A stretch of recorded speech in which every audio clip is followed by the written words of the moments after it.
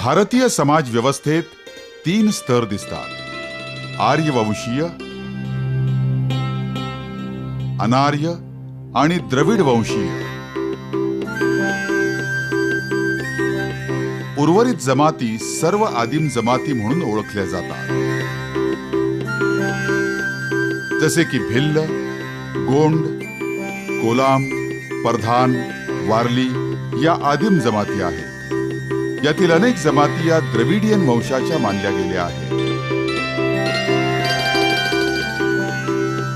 कोलाम ही गोंड यांच्या बरोबरीने राहणारी एक आदिम द्रविड वंशीय जमात आहे. यवतमाळ, चंद्रपूर, नांदेड जिल्ह्यांच्या डोंगराळ भागात या कोलामांची प्रामुख्याने वस्ती आढळते.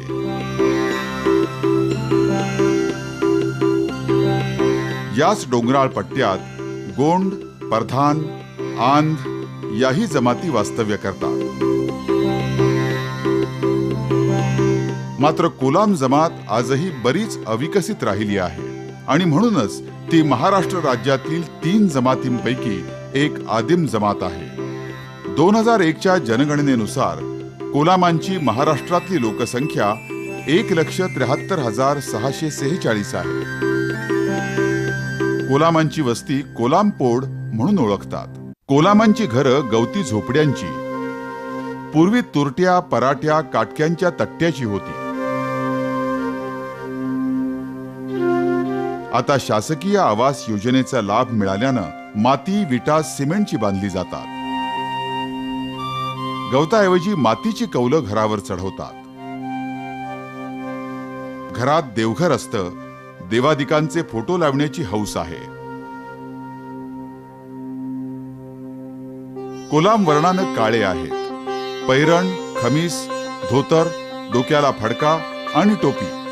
अंगात बंडीही असते. कानात मुडकी, मिशा राखतात. स्त्रिया लाजाळू आहेत. गुडघ्यावर दुमडलेलं 9वारी लुगडं नेसतात. डोक्यावर पदर घेण्याची पद्धती आहे. अंगात चोळी. शरीरावर चांदीचे अलंकार असतात. अंगभर गोंदून घेणं ही कोलामांची प्राचीन परंपरा आहे. शरीर सौंदर्य वाढवणं आणि मर्यादा पालन या दृष्टीनं गोंदण परंपरा महत्वाची मानली जाते. जुन्या कोलाम स्त्रिया शरीरभर गोंदण करून घेत.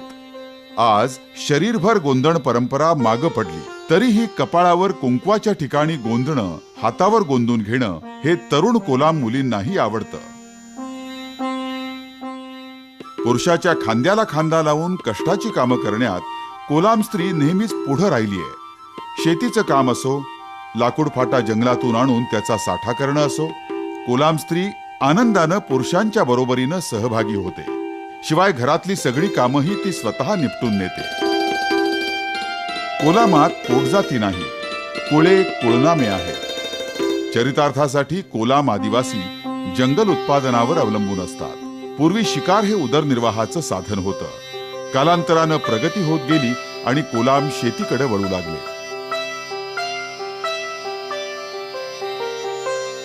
पण त्यानं त्यांचं कुटुंब पालन होत नाही. सरकार स्वस्त दरानं आदिवासींना गहू, तांदूळ देतं. त्यामुळं पोट भरण्याचा आदिवासींचा प्रश्न सहजपणे सुटू शकला. न पेक्षा कंदमुळं, झाडपाला खाऊनच त्यांना गुजराण करावी लागत होती. थोडंसं बरे आहे का 2 रुपये किलोचा अनाज भेटते सरकारकडून. त्याच्याने हे लई चांगलं वाटते. मुले इजारदारी राज्य होतं त्या टायमाला. तर 6 महिना पुरे नाही तर आम्हाला आईबाप आईने बेलं आपलं टेमरं आणण्यासाठी लहान असताना तर आम्ही टेमरं खाऊ खाऊ जगले. ही परिस्थिती आणखी बदलायची असेल तर मुलांनी शिक्षण घ्यावं आणि शहरातून नोकऱ्या करण्यात मुलांबरोबर मुलींनीही शिकावं, तरच आपली परिस्थिती बदलू शकेल असं आता कोलामांना वाटू लागलं आहे.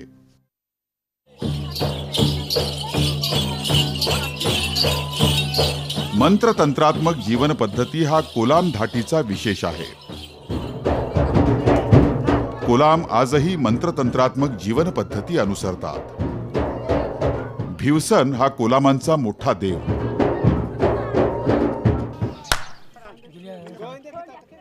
हा देव भगताच्या अंगात संचारतो.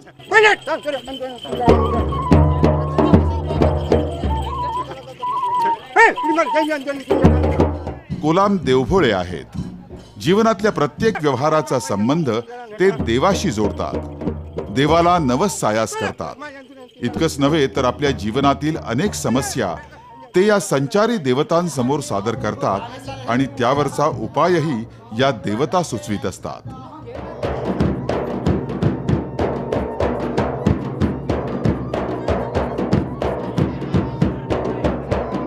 आपल्या कोलाम पोडांना सुखशांती मिळावी, रोगराईपासून संरक्षण मिळावं म्हणून आपल्या देवदेवतांना वस्तीतून गावच्या सीमेपर्यंत कोलाम मिरवत घेऊन जातात आणि पाणवठ्यावर देवतांचं विसर्जन करतात।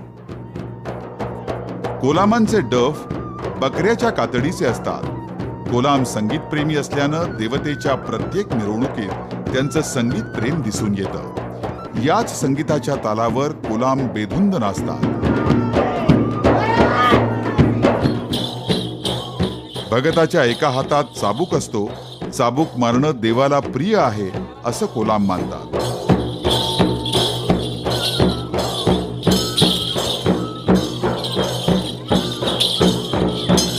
घराशेजारी देवाचा चौथरा असतो, त्याचं पूजन करूनच सारे व्यवहार होतात।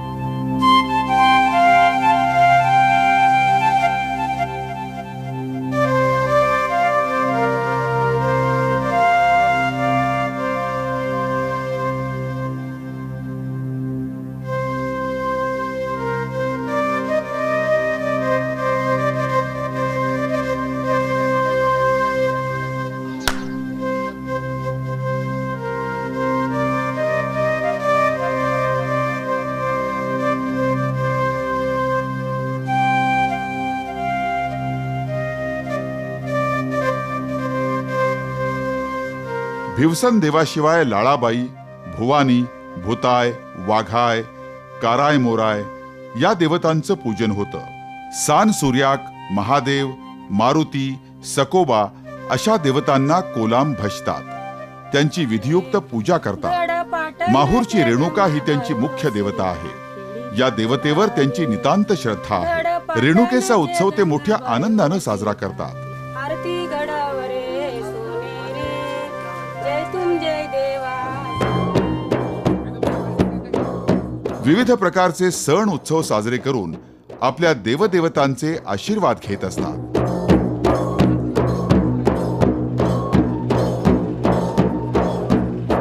त्यामुळे आपली जीवन रहाटी सुरळीत आणि सुरक्षित चालते असा त्यांचा विश्वास असतो।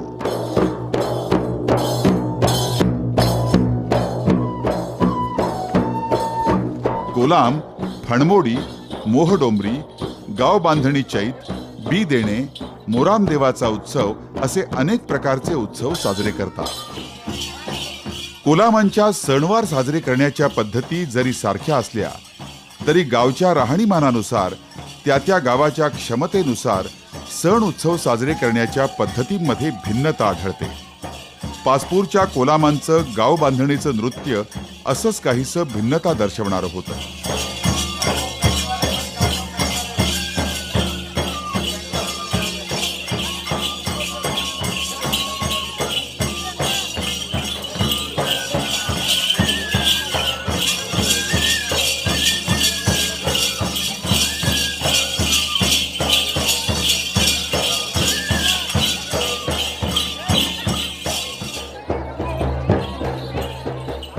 गावावर बाधा येऊ नये, पीक पाणी व्यवस्थित राहावं म्हणून रेणुका देवीला घातलेलं साकडं म्हणजे गाव बांधणी हे किनवट गावातल्या कोलामांकडून आम्हाला कळलं।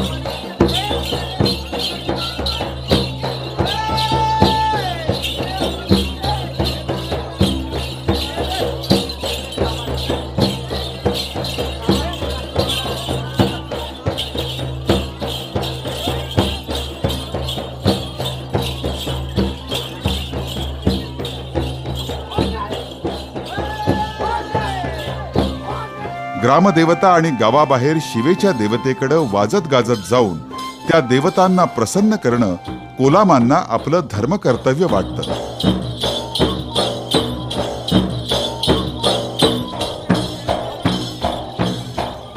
कोलामांची आपल्या देवतेवर इतकी श्रद्धा असते। गावागावातून आपल्या देवतेला डोईवर घेऊन वाजत गाजत आपल्या देवतेशी जणू एकरूप झालेल्या मनस्थितीत जवळच्या नदी किनारी पोहोचतात.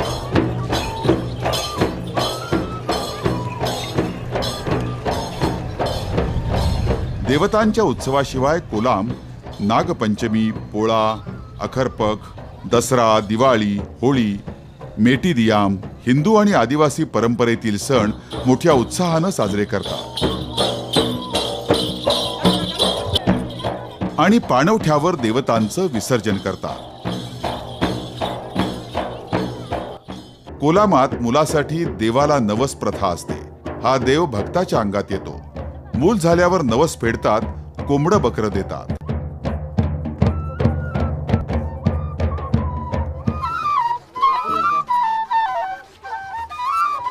आणि त्याच धुंदीत वृक्षाखालील देवाची पूजा करतात. वातावरणात वेगळीच भक्ती असते.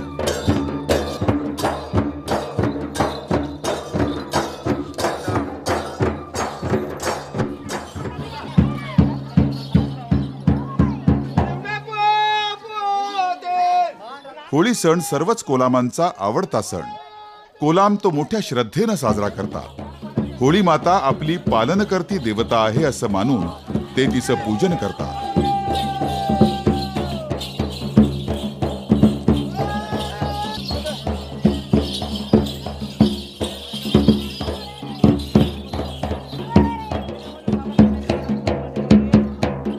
होळी मातेचं पूजन झाल्यावर होळी मातेला कोलाम भाकरीचं भोजन अर्पण करतात आणि तो प्रसाद म्हणून ज्येष्ठ मंडळी भक्षण करतात. हा प्रसाद लहान मुलांना दिला जात नाही. स्त्री पुरुष मिळून आनंदानं नृत्य करून आनंद लुटतात.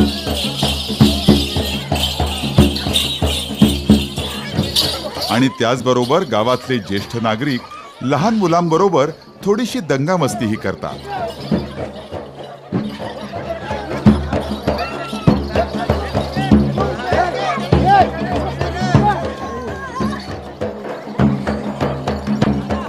एक प्रथा अशीही आहे की गावातला ज्येष्ठ नागरिक देवतेला स्पर्श करायला पुढे सरसावतो, पण मुलं त्याला परावृत्त करतात. हा खेळ असाच पुढे सुरू राहतो आणि काही वेळानं तो त्या देवतेला स्पर्श करतो आणि वातावरण भक्तिमय होतं. गोंड आन जसे दंडारी नृत्य करतात तसे कोलामही आपले दंडार सादर करतात.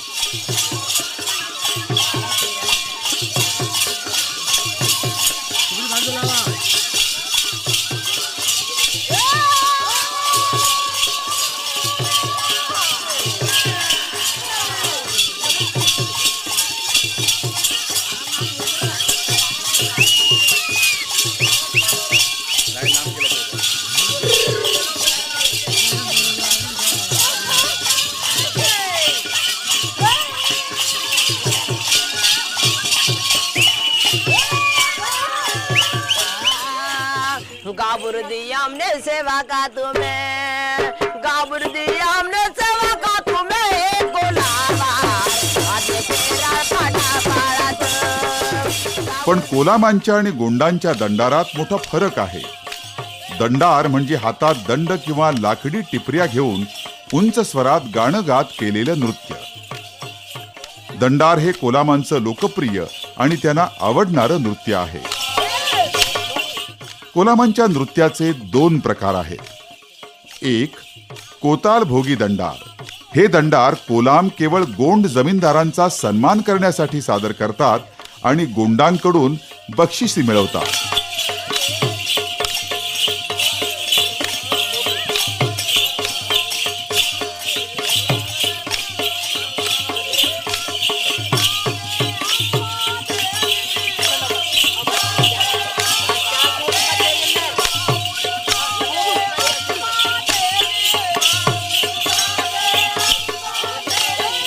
कोया भोगी दंडार हे गावातील प्रमुख व्यक्तींच्या सन्मानार्थ होते.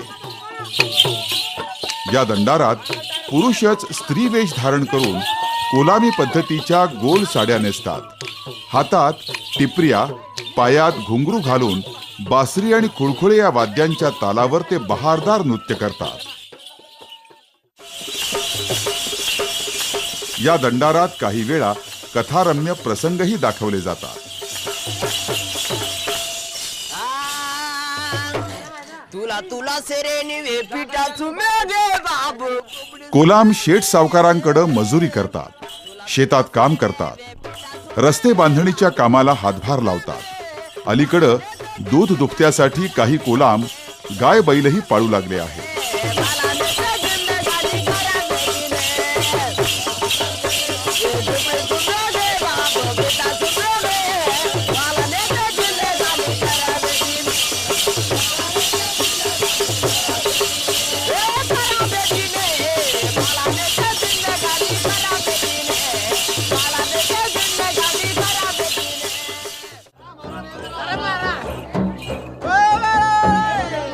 पुरातन काळापासून चालत आलेल्या शिकारीच्या पद्धतीचं नाट्य रूपांतरही या दंडाराच्या निमित्तानं पाहायला मिळतं.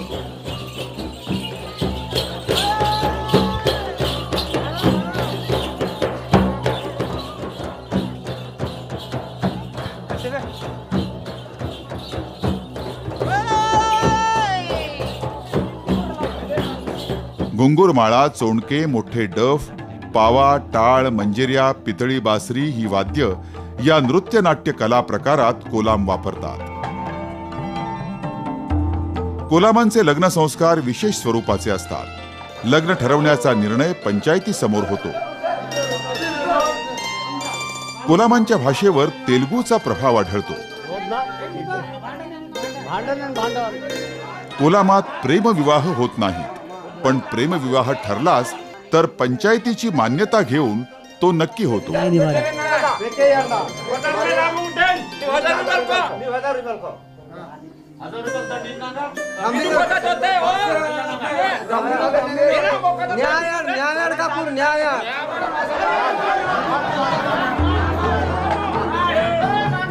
कोलामात हुंडा पद्धती नाही, वधूमूल्य परंपरा आहे.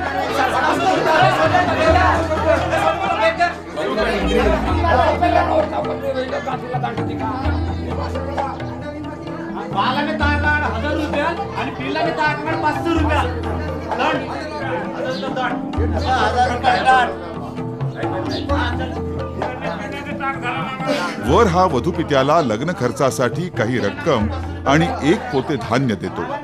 वर सधन असला तर लग्नाचा दोन्हीकडचा खर्च करून लग्न लावून दिलं जातं. पंचायतीच्या साक्षीनं नवऱ्याच्या घरासमोर लग्न लावून दिलं जातं.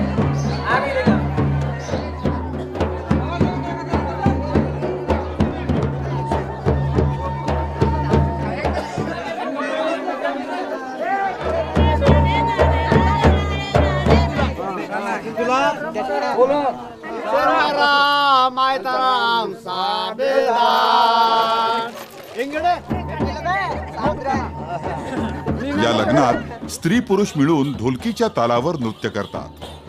स्त्रीचं बाळंतपण प्रामुख्यानं आपल्या झोपडीत करण्याची पद्धत आहे. हे बाळंतपण गावातल्या सुईणीकडून म्हणजेच मादेर तातकडून केलं जातं. मुलाची वार म्हणजे नाळ न्हाणी घरातच पुरली जाते. 5 दिवसांपर्यंत बाळंतिणीला अस्पृश्य म्हटलं जातं. मग तिला आंघोळ घातली जाते. नामकरण कोणत्याही दिवशी होतं.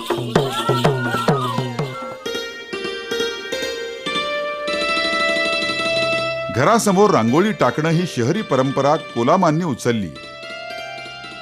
शिकलेल्या कोलाम मुली आपल्या घरासमोर रांगोळी टाकू लागल्या. शिक्षण प्रसार वाढला. सार्वजनिक शिक्षण खेड्यापाड्यात पोहोचलं, तसं ते कोलामांच्या वस्तीवरही जाऊन पोहोचलं.